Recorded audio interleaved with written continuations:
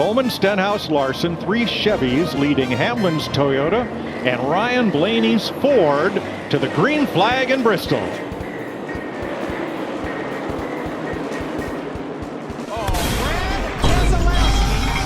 Buffer between himself and Hamlin and wins the stage. Oh, mate, I was on the hot. Hey, bro, watch your jet. Watch your jet, bro. Watch your jet! Kyle Larson, 66 stage wins. Flint and steel. I'm kidding!